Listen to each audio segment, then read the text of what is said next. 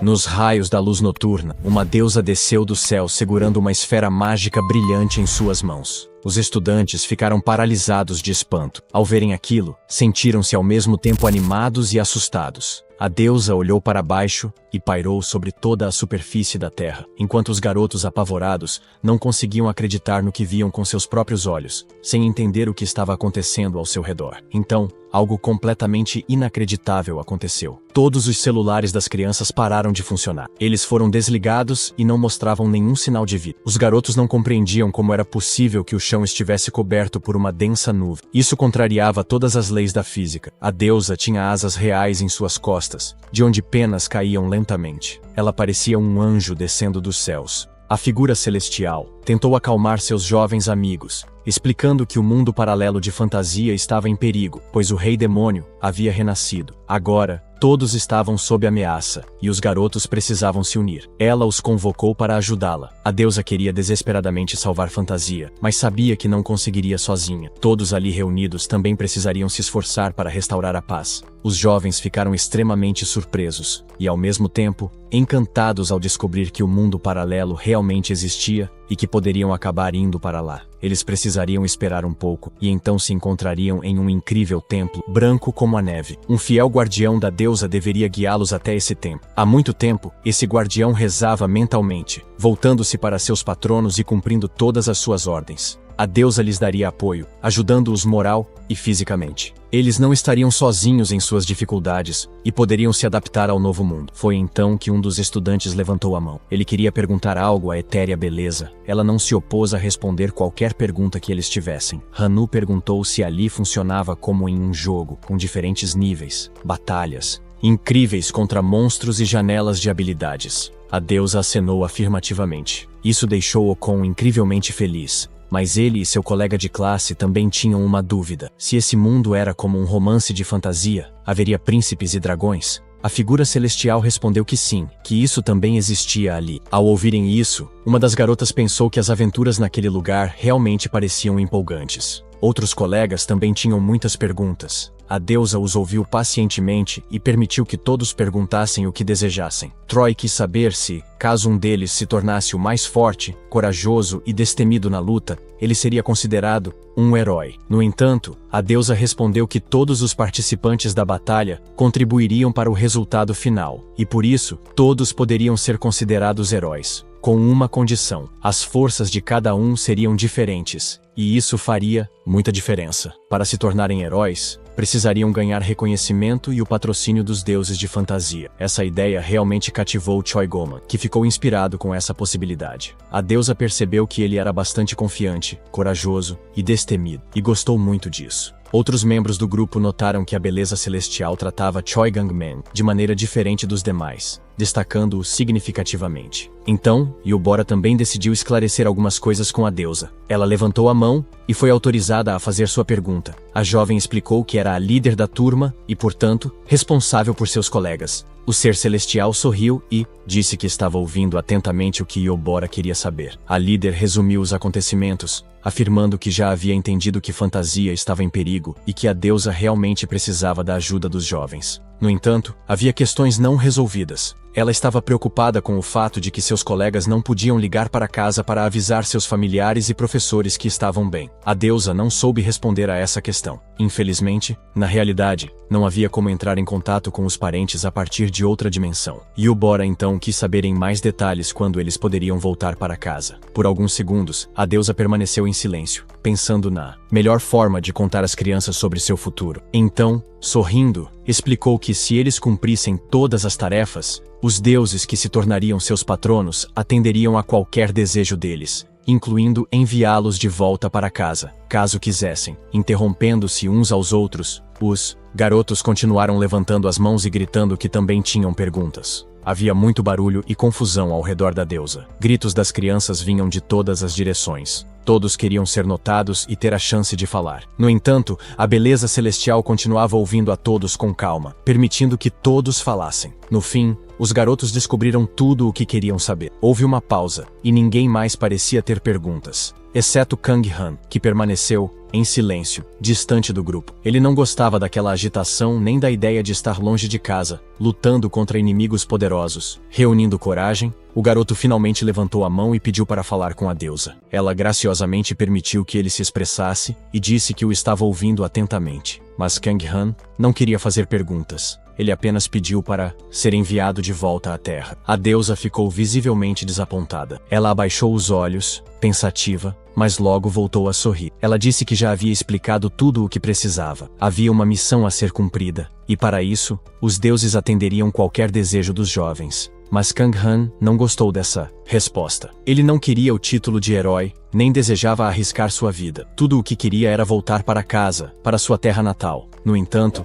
a deusa não demonstrava pressa em continuar aquele diálogo, o que fez Kang Han perceber que ela não era capaz de atender ao seu pedido. Depois de um tempo, a beleza celestial respondeu que tudo era possível, mas antes de conceder seu desejo, perguntou ao jovem: "O mundo, do qual depende tanta coisa, está agora em grande perigo. Então, por que você está disposto a abandonar tudo e não lutar por sua salvação, apenas para voltar à sua vida comum? Afinal, todos realmente precisam da ajuda de vocês agora." Ela então acrescentou: "Você tem certeza de que, ao voltar para casa, sua consciência não o atormentará?" Kang Han-su hesitou. Ele disse que nunca poderia ser chamado de herói, nem mesmo em sua própria família, onde sempre causava problemas e preocupava seus parentes. Como ele poderia salvar um mundo inteiro? Nesse momento, Yubora olhou para ele, sem entender como ele podia pensar assim. A deusa também observou o jovem, confusa, sem dizer uma palavra. Após cerca de 1 minuto, ela se virou para ele e, com um olhar sério, perguntou seu nome. Então, inclinou-se, tocou seu rosto suavemente e ouviu-o dizer: "Kang Han", o nome que seus pais escolheram com tanto carinho para ele. Shan Memon então declarou que aqueles que tivessem medo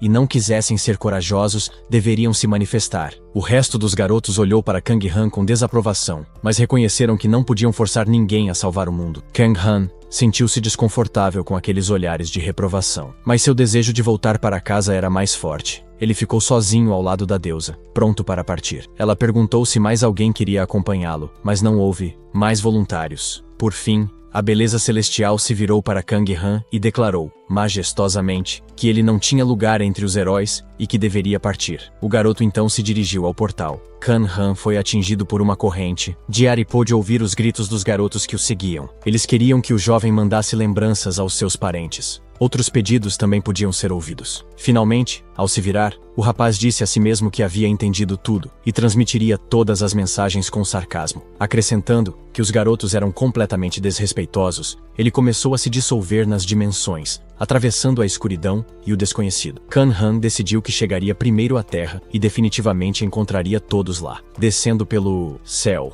ele gradualmente se viu no meio de uma floresta densa, pisando no chão. Ele olhou para cima. Finalmente, sentiu o solo sob seus pés. Era uma sensação estranhamente familiar. O jovem começou a olhar ao redor, sem entender onde estava, tentando mentalmente traçar uma rota e descobrir para que lado ficava a escola. Atrás dele, ouviu um movimento. Ao se virar, Kang Han quis perguntar a essas pessoas onde ficava a saída da floresta, mas então percebeu que ao seu lado estavam criaturas completamente diferentes, nada parecidas com humanos comuns da Terra. Ele se deparou com o olhar venenoso e feroz de um lobisomem, seus sorrisos malignos, simbolizando uma recepção nada amigável. Os monstros claramente não estavam de bom humor. Suas intenções eram óbvias e nada boas para o rapaz. Uma criatura maligna de olhar vazio, que lembrava vagamente um elfo, avançou em direção a Kang Han. O garoto ficou apavorado com aquelas criaturas. Ele congelou, sem saber se deveria fugir ou tentar se defender em combate. Enquanto isso, os monstros grunhiam maldições contra a deusa, claramente não a mencionando com boas intenções. No momento seguinte, eles se lançaram sobre o jovem. Pelo aspecto deles, era evidente que estavam terrivelmente famintos e prontos para devorá-lo imediatamente. Ele correu com todas as suas forças, sem olhar para trás. Do alto, a magnífica cidade sagrada de Proa era visível. Um feixe luminoso se aproximava da cidade, descendo cada vez mais rápido. A cúpula brilhante se conectou ao enorme e majestoso templo localizado na cidade. Todos os jovens heróis corajosos haviam se reunido naquele fluxo de energia. Ao descerem ao chão, começaram a abrir os olhos lentamente, pois, Durante a viagem não conseguiam enxergar o que acontecia ao redor. Eles ouviram uma voz amigável os cumprimentando. Os jovens amigos foram recebidos por uma pessoa de confiança da deusa, que os aguardava ansiosamente e estava feliz que finalmente tivessem chegado. Os garotos olharam fixamente para as pessoas que estavam reunidas ali, pois ao lado da pessoa, de confiança da deusa, havia várias outras criaturas estranhas. De repente, o olhar da jovem caiu sobre um rapaz que estava atrás deles. Ele era muito bonito e sorria gentilmente. Eles pensaram que ele era um príncipe. A pessoa de confiança iniciou seu discurso. Ela se apresentou dizendo que era uma serva do templo. O jovem se curvou profundamente diante dos garotos e disse seu nome: Alice, mestre da espada. Ele afirmou que era uma grande honra conhecer os heróis. Quando as garotas ouviram isso, gritaram de alegria, muito felizes por ver um príncipe de verdade. Então, duas criadas que estavam no castelo se aproximaram. A chefe dos servos do templo perguntou onde estava a princesa e por que ainda não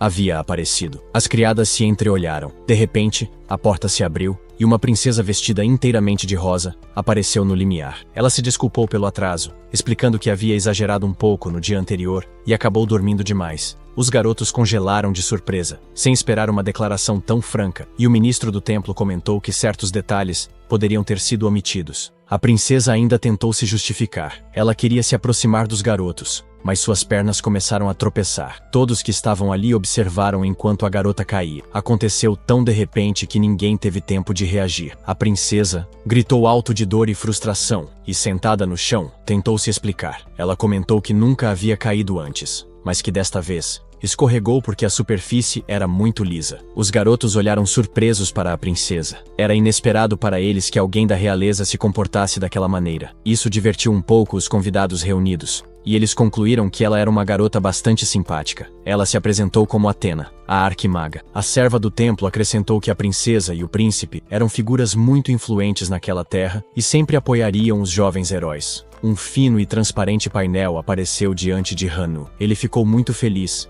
e imediatamente entendeu o que era aquilo e como usá-lo. Os garotos perceberam que, com essa ferramenta, poderiam acompanhar todo o seu progresso nas batalhas até o momento. Hanu começou a examinar cuidadosamente o que estava escrito na tela, mas não conseguiu entender tudo. Ele pressionou um botão com hesitação para obter mais informações sobre o herói sob sua tutela. O rapaz leu que suas principais habilidades incluíam a capacidade de traduzir automaticamente línguas desconhecidas, o que era muito útil. No entanto, ele não compreendia totalmente a frase sobre um conjunto significativo de pontos para certas conquistas. Troigman pensou que tinha concorrentes demais, pois todos tinham padrinhos idênticos. Então, ele se voltou para a santa do templo e perguntou o que precisava fazer para obter um padrinho divino. A funcionária do templo elogiou sua pergunta e explicou que bastava agradar aos deuses. No entanto, cada deus tinha pedidos diferentes, e seus desejos não eram sempre os mesmos. Os garotos começaram a notar que estavam recebendo mensagens com informações sobre o que os deuses queriam. Então, a sacerdotisa do templo observou que, embora cada deus tivesse suas próprias preferências, todos eles compartilhavam o mesmo objetivo: derrotar o rei demônio. Choi Gangman considerou essa resposta satisfatória, mas nem todos os garotos concordaram. A sacerdotisa desejou-lhes boa sorte, lembrando-os de que os deuses estavam observando, mas que isso não duraria para sempre. De repente, um dos alunos levantou a mão e perguntou o que aconteceria com aqueles que não conseguissem a aprovação dos deuses. A santa respondeu friamente que não se preocupava nem um pouco com esse tipo de lixo. Os garotos se entreolharam. Eles realmente não gostaram dessa resposta, mas não havia mais como voltar atrás. 4 deles eram os mais corajosos. Eles esperavam ansiosamente por aventuras incríveis e estavam prontos para lutar pela segurança e pela fantasia. Enquanto isso, na floresta densa, o som da respiração ofegante e dos passos rápidos de Kang Han-su correndo podia ser ouvido. Ele disparava o mais rápido que podia, sem olhar para trás, fugindo das criaturas malignas, esperando que pudesse se esconder e não ser alcançado. Mas ele tropeçou em algo e caiu no chão de maneira inesperada. Tentando se levantar,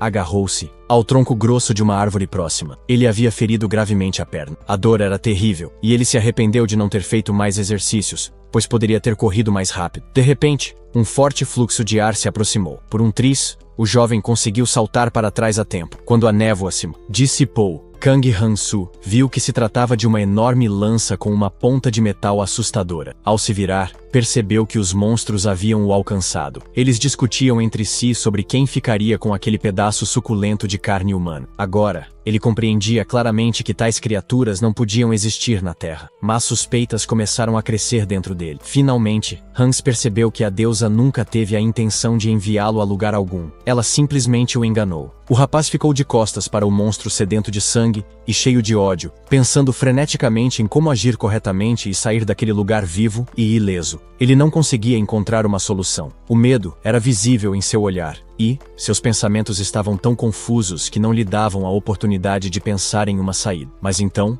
enquanto corria, Khan teve um insight. Se de fato a fantasia era um mundo paralelo onde milagres e transformações mágicas existiam, então ele também poderia ser salvo com a ajuda de um feitiço ou superpoderes. De repente, uma tela fina e transparente apareceu diante de seus olhos. Era uma janela de status, onde estava escrito o nome Khan, alinhado com as palavras patrocínio, maldição e destino. Ao analisar tudo com atenção, o jovem não entendeu por que a palavra herói aparecia na linha da maldição. Ele notou que possuía uma espécie de trunfo, a habilidade de traduzir automaticamente os idiomas de raças paralelas. Mas, à medida que passava por testes, o crescimento de pontos diminuía drasticamente. Era assim que a deusa havia decidido puni-lo, com zelo especial, preparando armadilhas e desgraças, enquanto criaturas malignas o atacavam. Han pensou freneticamente e decidiu usar sua habilidade de tradução para tentar negociar. No segundo seguinte, virou-se e pediu às criaturas que resolvessem tudo com uma conversa pacífica. Elas ficaram surpresas. Olharam umas para as outras em choque. Claramente não esperavam tal abordagem de Kang Han. E ele se alegrou ao ver seu plano funcionando, mas não por muito tempo. Os monstros riram e sugeriram que conversassem depois do jantar, pois estavam famintos. Aquilo foi a gota d'água. O jovem não sabia mais o que fazer. A única saída que enxergava era continuar fugindo, mas suas forças o abandonavam a cada passo. Despediu-se mentalmente de sua família. Se seu destino era virar almoço de feras, que assim fosse. Mas então, ouviu um som vindo de trás de uma árvore. Kang Han-su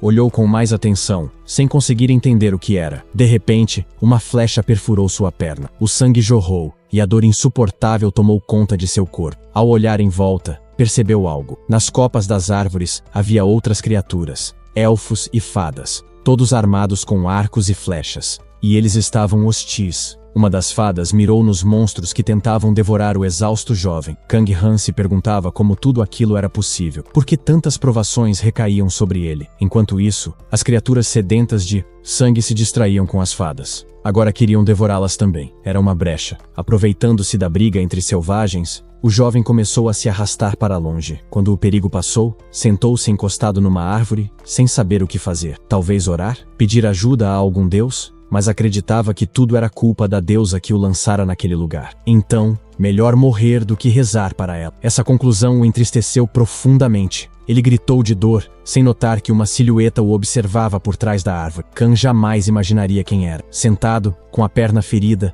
monstros já começavam a se reunir ao redor. Culpava a deusa por tudo aquilo, por estar à beira da morte. Afugentou a ideia de orar. Isso não o salvaria. Decidiu morrer com dignidade, sem implorar a divindades. Mas então, sentiu algo se mover, perto dele. Mal conseguia perceber o que era, mas era sua última esperança. Com dificuldade, murmurou um pedido de socorro. O deus que o observava se espantou. Precisava esclarecer algumas coisas. Viu o desespero, as lágrimas, o medo. Kang Han-su apenas pediu para ser salvo, já alheio à realidade. Subitamente, ouviu uma pergunta clara. Por que está aqui sozinho? Seus olhos se encheram de raiva. Quis culpar a maldita deusa por jogá-lo naquele bosque e abandoná-lo, mas se conteve. Mordeu a língua, apertou os dentes, resistindo à dor. Manteve-se calado. Afinal, se aquela voz fosse mesmo divina, provavelmente era aliada da deusa. Não podia confiar. A dor era insuportável. Implorou por ajuda mais uma vez, sem resposta. Kang Han imaginou que talvez outro deus pudesse ajudá-lo. Mas então, a voz disse que não havia outros deuses ali, apenas ele. O jovem refletiu. Pensou que talvez fosse Asa, e se alegrou com a ausência de outras divindades. O espírito, porém, se surpreendeu. Nunca ouvira esse nome. Kang Han-su se arrependeu de tê-lo dito. Tentou disfarçar. pensou rápido. Disse que Asa significava lobo solitário que vaga pelo deserto. O espírito gostou do nome, e o jovem suspirou aliviado, orgulhoso da própria criatividade. A divindade aceitou o nome. Disse que ele também vagava sozinho, como um lobo, no deserto. Kang Han-su se animou, esperando por ajuda, mas o deus parecia mais interessado em fazer perguntas. E Kang Han respondeu. Disse que Asa era uma abreviação de outsider. Lembrou-se de como seus colegas zombavam, dizendo que eram Isa, insiders, e zombavam dos Asas. Irado, respondeu afirmativamente. Então, ouviu a história do deus exilado, que todos os seus companheiros foram enviados ao serviço, mas ele ficou para trás. O deus pensava, hesitante, se deveria ajudar o jovem ou deixá-lo ser devorado por monstros. O rapaz estava fraco, suplicou pela compaixão do espírito, dizendo que Asas devem ajudar uns aos outros. Sabia que estava falando bobagens, criando tudo na hora, pois na prática, um outsider não tem amigos. Mas o deus não se ofendeu com isso. Ele disse que não deixaria um Asa morrer. Flutuou no ar. Um brilho intenso surgiu em sua mão, iluminando tudo. O feixe atingiu a perna de Kang Han, que gritou de surpresa. A flecha se desfez em pó, como se nunca tivesse existido. A dor cessou. Ele se sentia leve. A ferida havia sumido. Kang Han-su ficou imensamente grato. Agora tinha certeza de que aquele espírito era, de fato, um deus, pois o curou num piscar de olhos. Ao olhar para a tela, viu algo surpreendente. O nome Asa, que havia inventado às pressas, agora aparecia como o nome do patrono. Estava selado. Han agora seria Asa para sempre, pois o deus deixou claro que só salvaria o lobo solitário. Atrás dele, as bestas voltavam. A dor na perna começava a retornar. Mas agora ele pensava, talvez não fosse tão ruim assim estar do lado de um deus, mesmo com a maldição sobre si. Ele não entendia completamente esse espírito, mas conseguia ouvir claramente os monstros. Kang Han-su tentou fugir novamente. Correu o máximo que pôde, sem querer virar presa. As criaturas o perseguiam, furiosas. Ele ouvia suas vozes, monstruosas, mas não desistia. Ainda tentava negociar, mesmo sem forças para continuar correndo. O jovem pediu que eles o escutassem, mas eles não tinham a menor intenção de conversar. Aqueles monstros sedentos por sangue estavam famintos demais. De repente, caiu a ficha no rapaz. Ele se lembrou das palavras escritas na tela transparente, que diziam que ele podia reiniciar qualquer um de seus estados, exceto a morte. Kang Han percebeu que podia controlar facilmente sua condição, então se livrou da fadiga e sentiu uma onda de energia infinita. Assim, o jovem correu muito rápido pela estrada. Ele nem percebeu que os monstros ao longe já estavam exaustos e pararam para recuperar o fôlego. Uma lança foi lançada atrás dele. Eles não pretendiam desistir de forma alguma. Queriam alcançar Kang Han-su custasse o que custasse. E embora o rapaz corresse muito rápido, a lança flamejante ainda o alcançou e atingiu o alvo. Mas o surpreendente é que ele continuou correndo. A arma não o tocou. Ele era intransponível. Os monstros gritavam atrás dele, tentando alcançá-lo e detê-lo a todo custo, mas todas as tentativas foram em vão. Suas pernas não sentiam cansaço, e seu corpo não sentia feridas ou dor. Agora, a força que lhe foi concedida servia para ajudá-lo, e por mais que as forças do mal tentassem alcançá-lo e devorá-lo, elas não conseguiam. Khan ficou maravilhado com aquela sorte adquirida, e agradeceu sinceramente ao seu patrono por aquele dom. Além de não sentir mais cansaço, o rapaz percebeu que estava surpreendentemente calmo, mesmo diante de uma situação tão difícil. Ele estava tão tranquilo e calculista, que chegou a parar e se preparar para uma batalha feroz. No entanto, naquela situação, isso era impossível. Então o rapaz continuou correndo e chegou a uma montanha íngreme, questionando se deveria pular. Ele se perguntou se seu estado seria reiniciado e se conseguiria sobreviver à queda. No chão, havia um cervo morto que também havia caído do penhasco. Isso era um claro sinal de que tal altura não dava chance alguma de sobrevivência. Han-su ficou furioso com Deus, pois pensava que nesse caso, ele poderia ao menos lhe dar asas. Nesse momento, os monstros do mal já estavam se aproximando. Seus gritos eram claramente audíveis. O rapaz se virou e percebeu que eles estavam muito próximos. Agora, o jovem estava à beira de um penhasco íngreme. Havia monstros atrás dele e o abismo à sua frente. Ele estava completamente decepcionado com seu Deus. Era um dilema difícil e o rapaz não sabia o que decidir. Não queria morrer e tinha medo de agir. Kang Han, voltando-se para a multidão enfurecida de monstros, disse que tinha uma ótima proposta para eles. Eles precisavam aceitar ouvi-la. Então, após uma pausa, Khan disse que quem o pegasse primeiro ganharia as partes mais saborosas dele. De pé na beira do penhasco, o jovem disse aos monstros que eles podiam fazer diferente, em vez de o dividirem em pedaços. Afinal, quem o pegasse primeiro ficaria com aquele pedaço suculento de carne humana por inteiro. Havia coragem em seus olhos. E embora por dentro estivesse apavorado, ele decidiu correr um risco sério. As feras arreganharam os dentes de excitação. Não se importavam em ganhar o pedaço mais delicioso. Começaram a discutir entre si com toda a força, pois cada um estava faminto. Os monstros começaram a agarrar Kang Han pelo pescoço. O rapaz se sentiu completamente desconfortável com aqueles toques. Todos os animais reunidos se lançaram sobre ele furiosamente, discutindo entre si e tentando se superar naquela confusão. Era difícil distinguir qualquer coisa. Ele se esquivava como podia, mas a multidão era mais forte. Os animais não perceberam que tinham chegado bem à beira do penhasco. Estavam ocupados demais brigando e não viram o que acontecia ao redor. Em resposta, Khan também agarrou as peles daqueles selvagens. Ele tinha seu próprio plano de ação. O medo havia sumido. Só restava a luta desesperada pela vida. O jovem entendeu que havia apenas uma maneira de derrotar os criminosos. O rapaz se jogou, e todos os monstros que estavam por perto e brigavam por um pedaço de sua carne caíram com ele. Eles gritavam e despencavam. Estavam apavorados e não entendiam por que Kang Han pulou do penhasco. Os monstros selvagens achavam que o rapaz era algum tipo de louco, sem compreender ainda o que os esperava no fim da queda. Aquela bola de corpos, em que as terríveis bestas estavam reunidas, finalmente despencou. Um estrondo foi ouvido e uma nuvem espessa de poeira se ergueu ao redor. O rapaz tentou abrir os olhos aos poucos. Viu o céu azul e uma árvore verde acima dele. Ao longe, os gritos dos selvagens podiam ser ouvidos. Eles ainda discutiam e chamavam Kang Han-su de maluco. O jovem tentou entender sua condição, se estava vivo ou já morto. Julgando pelos gritos e pela presença dos monstros malignos ao seu redor, Khan concluiu que provavelmente havia sobrevivido. Agora, na queda, era surpreendentemente fácil continuar vivo sem fazer qualquer esforço. No entanto, o rapaz ficou frustrado ao perceber que os monstros também tinham sobrevivido, e alguns deles ainda gritavam. Khan viu uma tela com o nome de um dos selvagens, deitado não muito longe, com uma enorme bola na mão. O rapaz ficou surpreso ao ver que havia um traço ao lado da palavra patrocínio, mas mesmo sem ele, a besta conseguiu sobreviver. Portanto, o jovem concluiu que aquela criatura possuía a habilidade de sobreviver por ter um nível de desenvolvimento mais alto, como em um jogo, mas isso também dava certas vantagens a Kang Han-su. O rapaz decidiu que, se matasse aquele monstro agora, ganharia muitos pontos. Havia duas formas de se tornar mais forte: aumentar seu nível ou conseguir patrocínio. Em um enorme salão, um servo do templo, de pé em um círculo com os alunos, explicava as condições de como poderiam ganhar mais pontos em batalhas ao matar oponentes de status mais elevado. Mas Han não queria se esforçar demais e achava que seria mais fácil simplesmente receber o patrocínio dos deuses. Nesse momento, Troy Ganman estava decidido. Ele pediu mentalmente aos deuses que lhe concedessem proteção, pois acreditava ser exatamente o que eles procuravam. No entanto, o atendente do templo disse que não bastava apenas receber o patrocínio dos deuses, pois eles teriam a oportunidade de observar os filhos constantemente. Uma das alunas levantou a mão para fazer uma pergunta. A garota perguntou se os deuses iriam observá-los o tempo todo. A resposta a assustou, pois os santos disseram que os deuses realmente os observavam sempre, até durante o banho e no banheiro. O servo ainda repreendeu as crianças, lembrando que os deuses não tinham pensamentos vulgares como os humanos. E para confirmar essas palavras,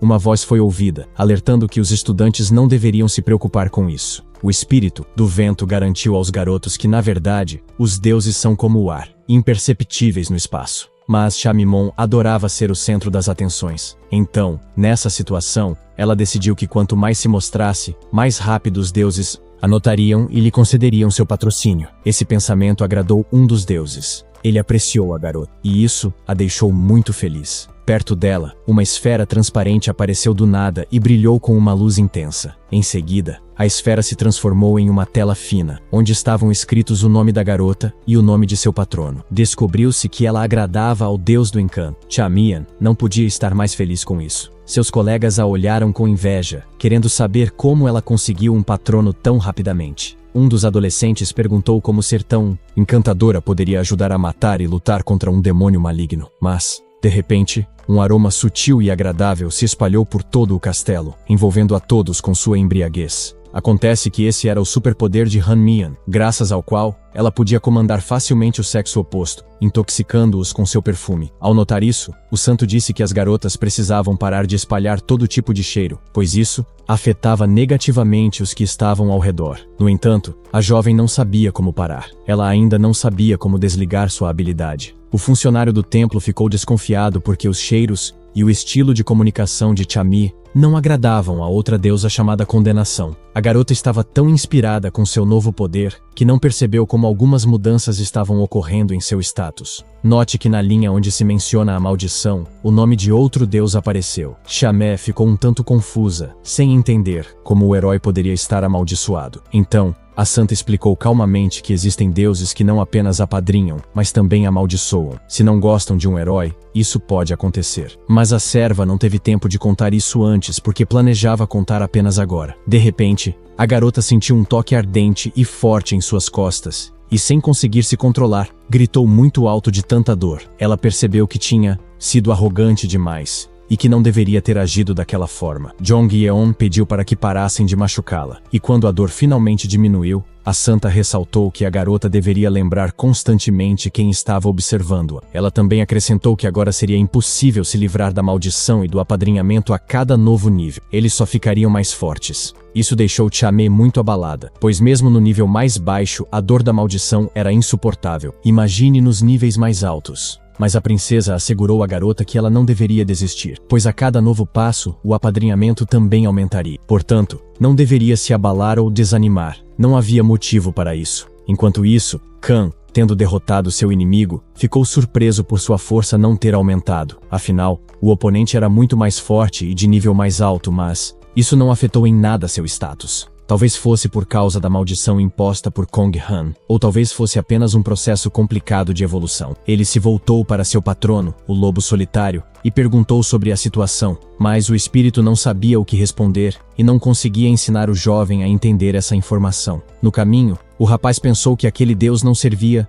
para nada além de dar apadrinhamento. Logo eles se cansaram de correr sem rumo, mesmo tendo percorrido uma boa distância. Khan Han percebeu que não sentia fome nem cansaço, mas a atividade estava entediando ele e o espírito. Então decidiram fazer outra coisa, mas não era tão fácil. Monstros sanguinários e sedentos de sangue apareceram novamente. Eles sentiram o cheiro de um humano. O patrono desejou boa sorte a Kang Han-su e esperava que o garoto morresse da forma menos dolorosa possível. Esse apoio deixou o jovem muito irritado, e ele pensou que se Deus estivesse por perto, lhe daria uma lição por tais palavras. Os animais farejaram o cheiro humano e queriam encontrá-lo rápido entre as densas árvores. Sentiram cheiro de sangue, mas não viam o rapaz. Ele estava escondido atrás de uma árvore, segurando um punhal afiado, pronto para atacar a qualquer momento. Os monstros famintos se aproximavam. Eles eram hostis e emitiam um rosnado penetrante. Os selvagens farejavam carne e achavam que o garoto estava por perto. No entanto, estavam um pouco perdidos,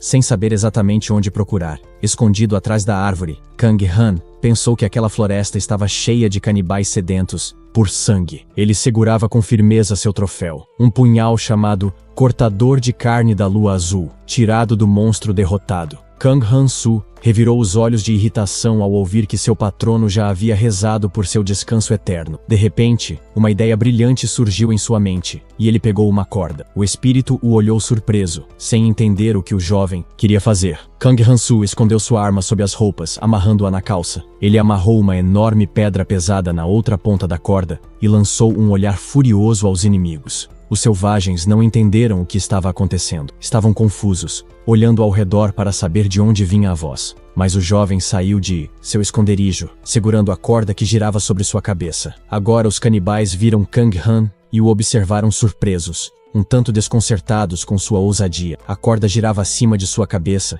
e ele a girava com mais força. No final, percebeu que essa atividade consumia muita energia. A pedra era muito mais pesada do que ele imaginava. A cada volta, sentia-se sendo arrastado pela força do giro. Mas então, recordou-se do conhecimento sobre um poder de proteção que poderia restaurar qualquer condição. Ele respirou fundo e sentiu suas habilidades se restabelecendo. Quando recuperou suas forças, sentiu que podia fazer muito mais. O tremor nas pernas e a dificuldade para respirar haviam desaparecido. Por fim, teve uma epifania. Entendeu como usar adequadamente o apadrinhamento. Afinal, O mais importante era não morrer instantaneamente. O resto podia ser contornado com habilidades em combate. Ele entendeu que podia lutar até o limite, mas os selvagens achavam que o garoto não duraria muito e que logo se cansaria de girar a corda com a pedra. Lâminas afiadas começaram a chover de todos os lados. Ele se defendia, meio atordoado. Já não conseguia mais usar a arma com a corda. Era doloroso demais. Os monstros comemoraram a vitória, prontos para agarrá-lo e despedaçá-lo, mas comemoraram cedo demais. Kang Han-Su estava apenas se escondendo, recuperando sua energia. No momento certo, os canibais sentiram um golpe doloroso e atordoante de uma pedra em suas cabeças. Finalmente, as bestas foram derrotadas, e o jovem ficou em pé no meio de um círculo de inimigos exaustos e caídos. Kang Han-Su estava orgulhoso de sua façanha, e o espírito que o apadrinhava finalmente subiu sua nota. De repente, um dos monstros tentou se levantar e gritou algo. O jovem ordenou que ficasse parado se não quisesse repetir a luta. Perguntou onde poderia haver humanos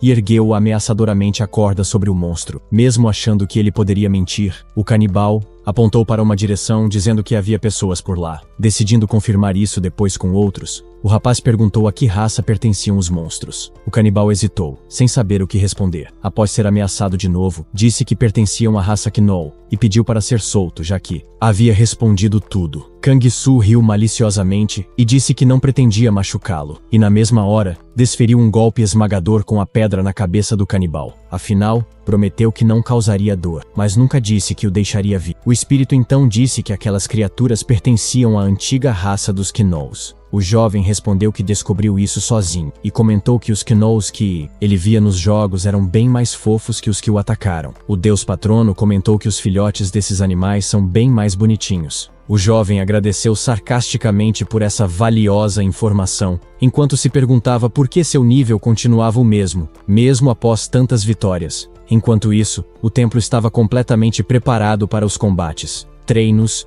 estavam marcados para o dia seguinte. O príncipe disse que seria responsável pelas aulas de esgrima, e a princesa supervisionaria a magia do herói. Os adolescentes podiam escolher um dos dois tipos. Choi Gang-man perguntou se era possível escolher os dois, esgrima e magia ao mesmo tempo, e recebeu uma resposta afirmativa. De repente, outro jovem fez uma pergunta. Hano queria saber se era possível não ir a nenhuma das aulas. Tendo recebido permissão para isso, ficou muito feliz por poder matar a aula. Choi Gi-man olhou para seu colega com desprezo no olhar. O príncipe perguntou a Hano se o herói tinha mais alguma pergunta. Ele respondeu negativamente. Entre os alunos, era perceptível a presença de outro espírito. Era o deus da frivolidade, que havia encontrado seu pretendente. Tarde da noite, Hano refletia sobre como não era natural que alguém tão especial como ele se envolvesse em treinamentos. Ele fora criado para coisas mais importantes. Imaginava-se na companhia das belezas do mundo, desfrutando da vida e recebendo todos os benefícios. Isso era melhor do que participar de treinamentos entediantes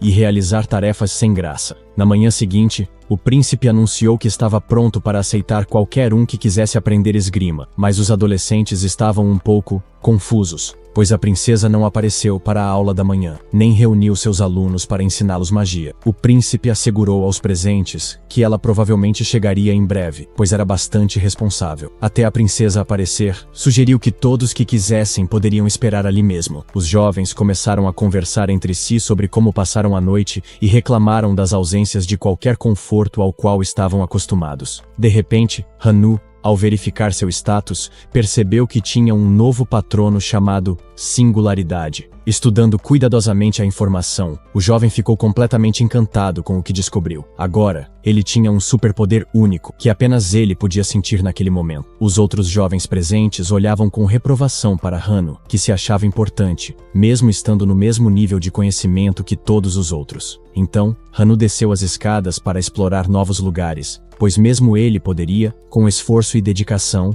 tornar-se rival do personagem principal. Só era necessário um esforço específico para isso. O rapaz caminhava pelas ruas da cidade. O grande templo de Progans estava cercado por moradores locais. Finalmente, ele chegou à Praça de Kahan. Ao ver o local, percebeu que havia chegado exatamente onde precisava. Subiu na varanda, pronto para descer e iniciar suas incríveis aventuras. O jovem tocou o portão de madeira com a mão, pretendendo abri-lo e entrar. Era a guilda dos mercenários, e foi ali que Hanu esperava encontrar os contatos mais úteis para si. Os sujeitos de aparência assustadora cumprimentaram o rapaz, mas seus olhares eram bastante severos ao perceberem que ele estava ali pela primeira vez. A líder estava sentada à mesa, com uma revista grossa e uma caneta nas mãos. Após cumprimentar o rapaz, perguntou por que ele visitava aquele lugar. Com importância, o jovem disse que queria se inscrever e se tornar um mercenário. Afinal, era uma estratégia infalível para um herói que queria sair ileso, sem sujar as mãos. Contudo, o rapaz, que não esperava por isso, ouviu que era jovem demais, que não poderia frequentar aquele lugar ou assumir tarefas sérias. Uma das garotas presentes disse com raiva que Hano estava dizendo bobagens e deveria voltar imediatamente para casa. Afinal, ela já vira muitos garotos corajosos morrerem cumprindo as missões a eles atribuídas. Kahan pensou que isso era efeito do patrono, no contexto do crescimento do personagem principal. O rapaz olhou atentamente para a garota, como se voasse em seus pensamentos. Ela perguntou se ele a estava ouvindo, mas o jovem apenas fitava sua arma embanhada que brilhava com o metal amarelo. Achava que ela não era apenas uma mercenária, mas uma garota de sangue nobre, talvez uma princesa ou filha de algum aristocrata. Agora entendia que esse era o efeito do patrono, a singularidade que ele possuía. O jovem então declarou que não pretendia voltar. Ele havia tomado sua decisão e se tornaria um mercenário. E se ela estava tão preocupada com ele, que o acompanhasse. Em seguida, acrescentou que julgar pelas aparências não era algo bom, pois elas podiam enganar. O rapaz ainda a desarmou ao insinuar que ela mesma já havia sido vítima de julgamentos injustos, baseados na aparência. E pelo fato de que ela ficou alguns momentos em silêncio, rangendo os dentes sem saber o que responder, ele concluiu que estava certo. De repente, o olhar dela ficou mais suave, embora ainda silenciosa. Ela olhou diretamente para Hanu e, por fim, admitiu que ele tinha razão. E o jovem se alegrou. Ele não tinha dúvidas do seu sucesso. Então, arrogantemente, o rapaz disse que não podia contar tudo naquele momento, mas os presentes deveriam acreditar que ele era o escolhido. Hano admitiu para si mesmo que em sua vida terrena, jamais conseguiria sequer se aproximar de uma garota tão bonita. Mas ali, isso aconteceu sem dificuldades, porque ele era um herói. A garota queria provas. Perguntou que tipo de superpoderes ele possuía. O rapaz respondeu que se tratava das correções do protagonista principal, o que fez a mulher que anotava as informações dar uma leve risada. Enquanto isso, no meio da floresta densa, monstros derrotados jaziam inconscientes. O próximo canibal que o rapaz interrogou disse que a vila não estava a oeste. Na verdade, era muito longe dali. A besta considerava Kang Han um oponente forte e afirmou que não queria mentir para alguém que estava vencendo. O rapaz agradeceu pela valiosa informação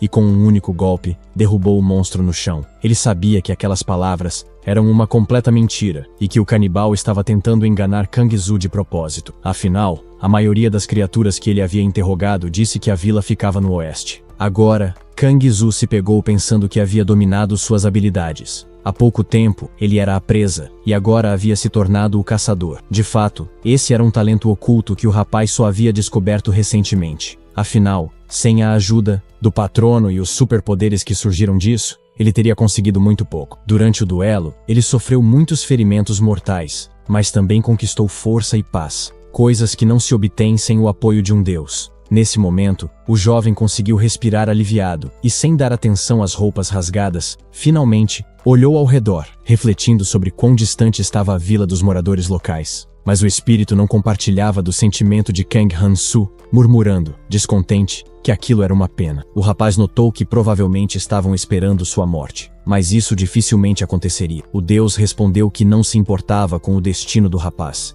nem para onde ele iria. Kang disse que o espírito era frio demais para ser um patrono. O jovem se virou ao ouvir um farfalhar atrás de si. Seriam as hienas malignas de novo? Para seu grande desgosto, percebeu que sim, um canibal estava vindo em sua direção. O rapaz agarrou a arma com firmeza e, sem pensar duas vezes, desferiu um golpe esmagador contra o inimigo. O inimigo caiu ao chão, derrotado. Talvez agora, os monstros parassem de atrapalhar o caminho. Kang Han-su estava cercado pelas demais hienas próximas, que saíam de trás das árvores. De novo, havia muitas delas. O jovem se preparou mais uma vez para uma batalha furiosa. Ele ergueu sua faca e a puxou com firmeza, girando a arma em um círculo. Acertou os canibais próximos e os feriu. O rapaz matou um grande número de inimigos. Era até difícil contá-los. Ele não entendia por que seu nível ainda permanecia o mesmo. Seu espírito sentia uma certa ansiedade e começou a demonstrar inquietação. Eram vozes de uma raça amigável que não podiam ser traduzidas. Quem poderia ser agora? O jovem não sabia e olhou ao redor. Atento, cauteloso. seguiu em frente com passos silenciosos, pronto para se defender a qualquer momento, se fosse necessário. De repente, Kang Han-soo avistou algo e se escondeu atrás de uma árvore, com medo até de respirar alto demais. Essas criaturas usavam mantos, empunhavam armas e pareciam humanas. Uma delas, uma mulher, notou o rapaz, mirou e lançou um objeto afiado que girava em sua direção. A arma passou a poucos milímetros de Kang, que mal conseguiu desviar. A ponta, afiada, cravou-se na casca grossa de uma árvore, por pouco não acertando o jovem herói. Mas logo em seguida, flechas começaram a voar em sua direção. Estava claro que aquelas pessoas não estavam com disposição para uma conversa amigável, mesmo após ele tentar, em vão, pedir que não o atacassem. O rapaz percebeu que não o compreendiam. Sem outra escolha, guardou sua adaga, sem intenção de lutar contra eles. O homem barbudo, o mais velho entre os presentes, olhou atentamente para o jovem. Kang Han começou a se ajoelhar, tentando mostrar que não representava ameaça. Gritou que se rendia. O garoto era contra a violência e naquela batalha não queria se tornar inimigo daqueles moradores da floresta, ainda que eles não compreendessem suas palavras. Ele falava com a linguagem do corpo, e o tom da sua voz transmitia intenções pacíficas. Havia esperança de que entendessem e não considerassem seu comportamento provocativo. As pessoas ali riram das palavras e gestos do jovem. E então, uma delas, novamente a garota, apontou a besta diretamente para Kang. Ele cobriu o rosto com as mãos, pedindo que o poupassem, que não tirassem sua vida, nem o atacassem. No fim das contas, o rapaz simplesmente não conseguia atacar pessoas, pois acreditava que matar era errado. Ele era bondoso demais. As pessoas se comoveram e o convidaram para segui-los. Agora, atravessavam juntos a mata fechada. Kang Han ouviu palavras, como se alguém o chamasse pelo nome. Era uma das pessoas do grupo, uma garota amigável que lhe sorria docemente. De repente, os outros membros começaram a repetir seu nome, sorrindo de forma alegre e brincalhona. Até o velho cumprimentou o jovem herói ao perceber seu nome. Para isso,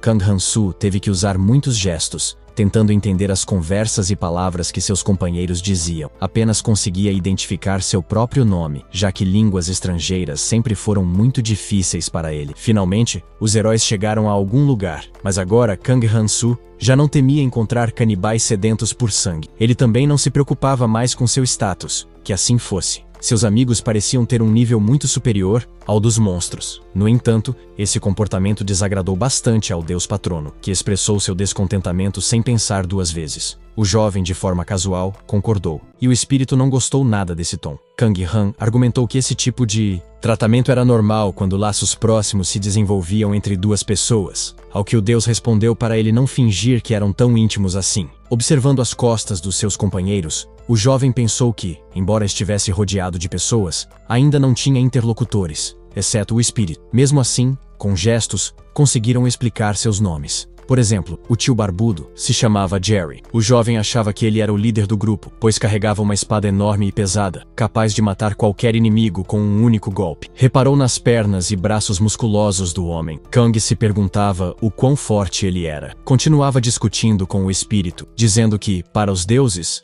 tudo isso era insignificante, mas comparado aos padrões humanos, o tio Jerry era de fato poderoso. Nesse momento, Kang Han ouviu alguém chamá-lo. Um dos membros do grupo se aproximou. Era sorridente, positivo e corajoso. O herói viu que ele carregava sabres em ambos os lados. Sabia lutar bem e acertava os inimigos com precisão. Misa também fazia parte do grupo. Ela tocou o rapaz, tentando lhe mostrar algo com os dedos. Carregava uma enorme besta de aço, claramente não feita para humanos. Misa apontou para frente, e finalmente, Kang Han-soo entendeu o que ela queria. Ele estreitou os olhos e direcionou o olhar naquela direção. À distância, por trás das montanhas, fumaça azul subia em direção ao céu. Kang Han-soo pensou que, se não fosse um incêndio se alastrando pelas montanhas, provavelmente havia casas por ali. Essa descoberta o deixou muito feliz. Ele queria tanto ver pessoas, sentir-se seguro. Em sua alegria, não percebeu o olhar atravessado que o espírito lançou sobre ele, murmurando que não era adequado que um asiático se comportasse daquele jeito. Após Kang Han-soo concordar apressadamente, o espírito o fitou com um olhar penetrante. Mas o jovem garantiu que estava apenas fingindo ser amigo daquelas pessoas para conseguir sair da floresta em paz. Então,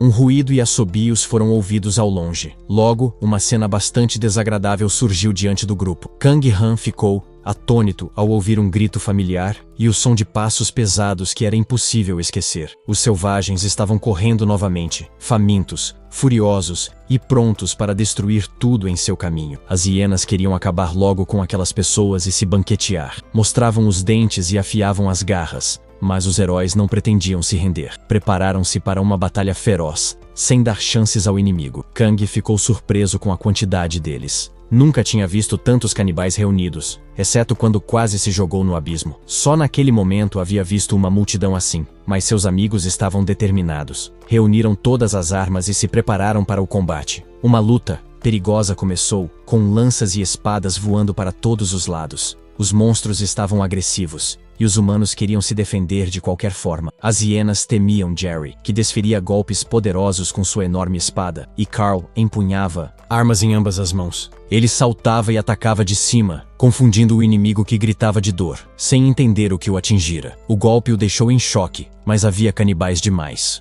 Eles decidiram esperar que os humanos se cansassem da luta. O plano era aguardar até que seus oponentes perdessem todas as forças, para então atacá-los. Porém, os golpes continuavam impiedosos. Os canibais não suportavam a dor aguda e uivavam. Misa segurava firme sua besta e suas flechas, pronta para um contra-ataque mortal a qualquer momento. Ela mirou com precisão em um dos monstros sedentos por sangue. Eles perceberam que, mesmo sendo pequena e leve, ela era extremamente perigosa. Misa continuava a preparar suas flechas, determinada a não recuar. De repente, houve um movimento atrás dela, e ela se virou para ver o que era. Era um monstro enfurecido que se aproximava, pronto para pular sobre sua vítima. Carl também foi atacado por uma besta sanguinária. Eram muitos. Era impossível conter todos. Ka Han-su, que estava à distância, não aguentou mais. Sacou seu punhal e partiu para o ataque. Sabia que o espírito de Asa não aprovaria aquela atitude, mas não havia escolha. Era preciso proteger aquelas pessoas. Havia muitos monstros, e sua ajuda era necessária. Afinal,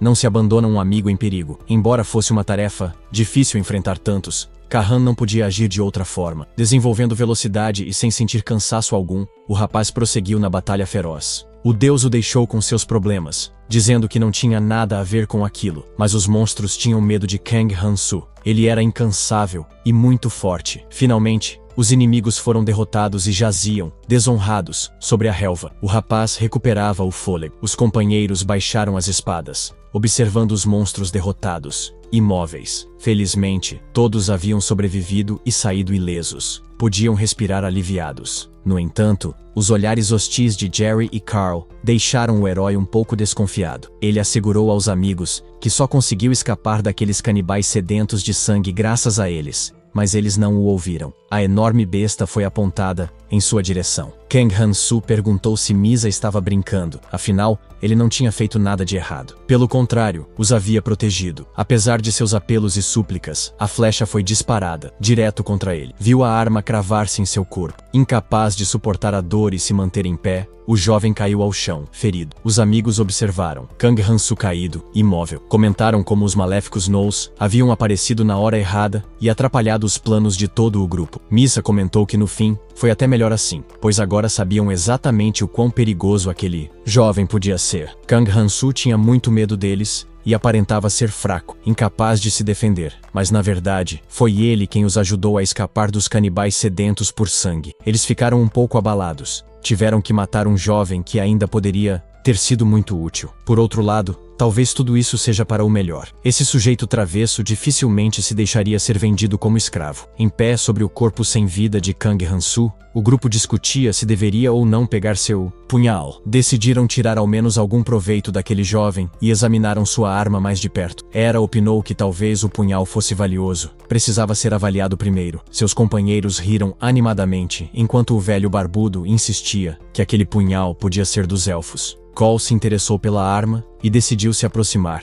dizendo que mesmo que fosse falsa, ainda poderia conseguir um bom dinheiro por ela. Ao se inclinar sobre o rapaz, Cole notou algo estranho. Chamou seus amigos e os alertou. Mesmo naquele estado, o jovem não soltava o punhal, segurando-o firmemente com a mão. Misa advertiu que o garoto ainda podia estar vivo, pois ela não havia atingido seu coração, apenas o peito. Diante disso, Cole decidiu desferir o golpe final e levantou sua espada sobre ele. O homem queria resolver logo a situação com Kang Han-su para pegar a arma e partir. Mas, de repente, seus olhos se arregalaram de surpresa. No peito do rapaz, havia uma tela exibindo seu status. Nela constavam todas as informações sobre o patrono e a maldição que aquele herói possuía. De súbito, uma ideia passou pela mente de Cole. Aquele garoto provavelmente ainda estava vivo, já que não era possível ver o status de alguém morto. Em instantes, ele não percebeu que a mão que segurava o punhal se apertava ainda mais, pronta para atacar. Kazu levantou-se, com a arma em punho, e golpeou com toda a força. Era e Misa gritaram. Viram que Cole corria grande perigo e estava prestes a perder a vida. Era como um brinquedo nas mãos daquele rapaz desesperado, e já não demonstrava sinais de vida. O jovem levantou-se, enquanto seu oponente agora jazia,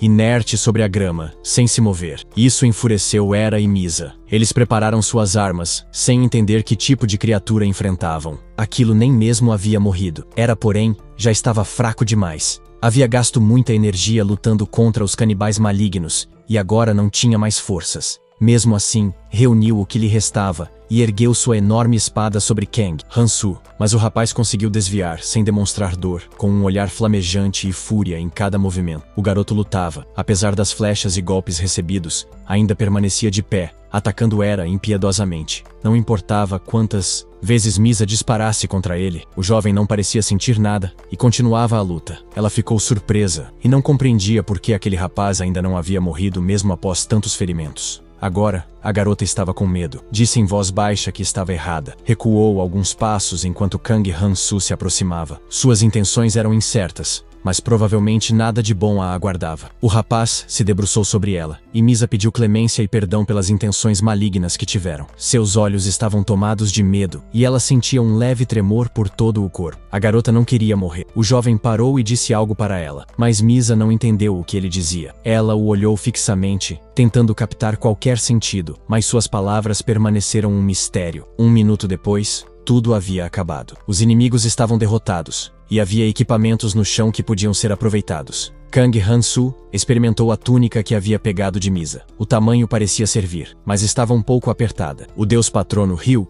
e disse que aprovava o passatempo do jovem. Ele garantiu que não era um hobby, e sim, uma necessidade para sobreviver. Dos três, apenas ela tinha um físico mais ou menos parecido com o dele, por isso precisou usar seu equipamento. O rapaz também pensou que o arco e flechas restantes da falecida Misa seriam úteis. Ficou intrigado com o motivo do ataque. Qual teria sido a razão? Pensou brevemente no status da garota, que viu por um instante. Ela tinha um deus patrono com um nome bastante apropriado. Contudo, o espírito interrompeu seus pensamentos, afirmando que isso não era da conta deles, e perguntou para onde iriam. Agora, Kang Han-Soo decidiu que deveria ir até a vila e levou consigo uma sacola de dinheiro que pegou de seus inimigos derrotados. O deus patrono repreendeu o rapaz por, há pouco tempo, ter cogitado abrir mão do título de asa ao ajudar outras pessoas. Nesse momento no templo, a princesa dava uma aula de magia. Pediu desculpas várias vezes pelo atraso e prometeu compensar. A princesa começou seu discurso contando que certa vez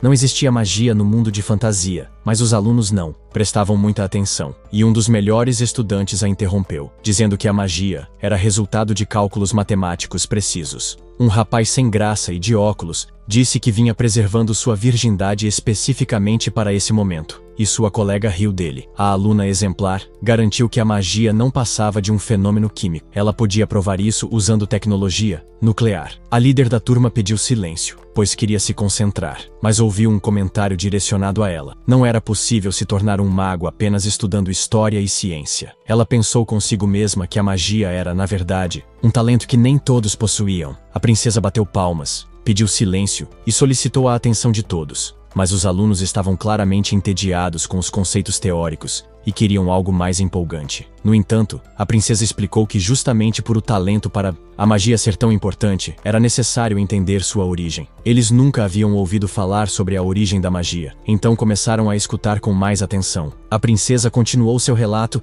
afirmando que era preciso talento, e que esse talento se manifestava na combinação entre conhecimento e habilidades inatas. A princesa falou que o mais importante para dominar a magia era laços familiares e treinamento. Athena, a arquimaga, contou sobre sua linhagem e disse que era descendente direta de Xion Akin, portadora de vasto conhecimento, e que seus alunos poderiam absorver essa experiência e alcançar o sucesso. Ibora refletiu e levantou a mão para fazer uma pergunta a Athena. A líder da classe quis saber: se alguém não tiver laços familiares, habilidades nem conhecimento, ainda assim poderá se tornar um mago. Naquele instante, a garota pensou que, na verdade, isso não importava tanto, pois estavam começando a jornada junto de uma mentora experiente. A princesa ficou atônita com a pergunta, não sabia como responder e refletiu por um momento. Mas então, com um olhar determinado, assegurou aos jovens que tudo era possível neste mundo. Tomou a mão da menina e disse que começariam com um certo ritual que precisava ser realizado. A professora perguntou o nome da garota e confirmou se era mesmo Bora. Juntando as palmas das mãos, Athena, a arquimaga, disse que a partir daquele momento, uma conexão havia sido estabelecida entre elas como mestra e aprendiz. Esse evento inspirou profundamente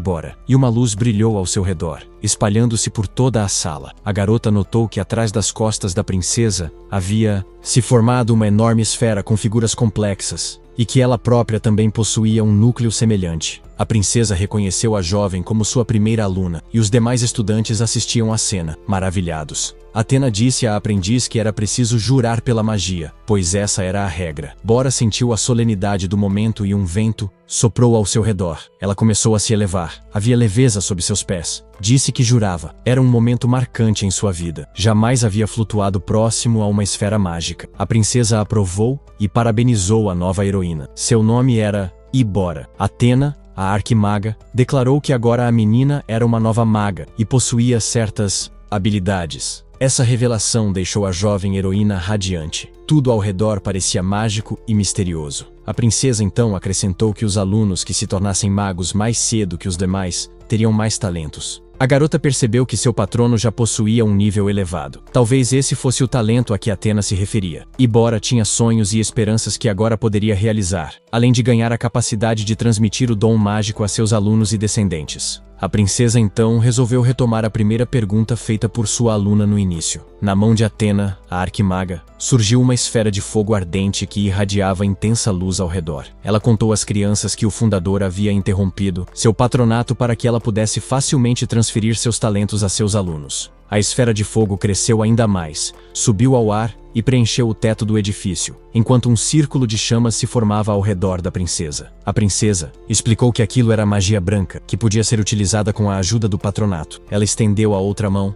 onde começou a surgir um novo núcleo de energia. Em uma mão, a esfera brilhante continuava a queimar. Na outra, havia um núcleo roxo, incompreensível, que parecia bastante perigoso. Também se assemelhava ao fogo, mas possuía características que não eram familiares às pessoas. Algo começou a acontecer com a luva da princesa. Em certo momento, as crianças notaram que algo começou a derreter, e um segundo depois, a luva na mão da princesa estava completamente queimada. Parecia um milagre. Os adolescentes não esperavam por aquilo. Observavam o que acontecia com espanto, completamente sem palavras. A princesa riu e disse que foram eles mesmos que perguntaram se era necessário talento. Agora, todos viam um exemplo claro de como a magia realmente acontece.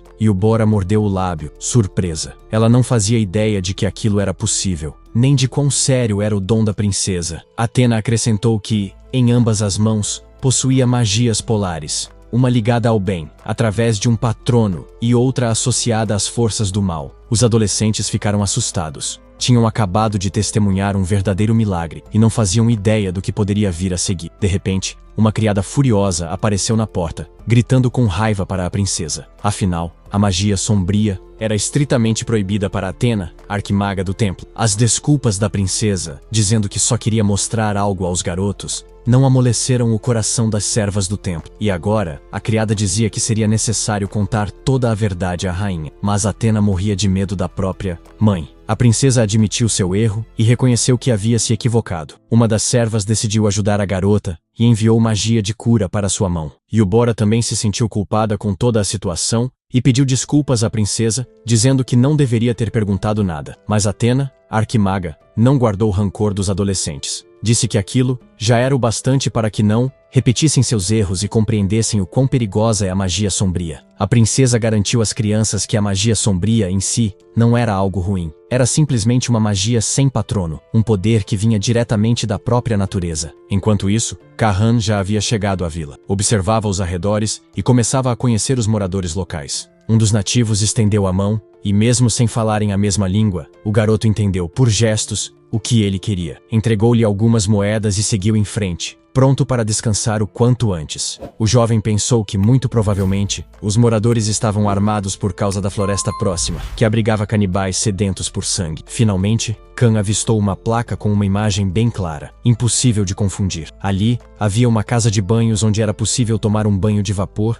descansar, recuperar o fôlego e relaxar um pouco. O rapaz pensou que, mesmo sem compreender o idioma, ainda poderia fazer amizade com os locais. De repente, Kang Zu ouviu seu patrono dizer que estava se sentindo um pouco desconfortável com aquilo tudo. O rapaz respondeu que também se sentia estranho e perguntou qual era o gênero do seu deus. Mas essa pergunta deixou o espírito confuso, e Kang Zu decidiu que consideraria seu patrono um homem, apenas para preservar sua própria dignidade. Enquanto se secava, o jovem tocou, sem querer, uma ferida que ainda não havia cicatrizado. A queimadura ardeu intensamente, e o patrono divino ficou alarmado, mas não pôde dizer ao garoto o motivo, pois era um segredo. Então, o rapaz ouviu uma conversa do outro lado da porta. Vozes discutiam algo. Kung Han-su ouviu um deles agradecer ao outro e dizer que voltasse ao trabalho. De repente, uma ideia perturbadora o atingiu. Um pensamento o inquietava e algo o incomodava profundamente. Gritou que estava se lavando, que esperassem um pouco e não entrassem ali por enquanto. O homem atrás da porta respondeu que achava que Kong Han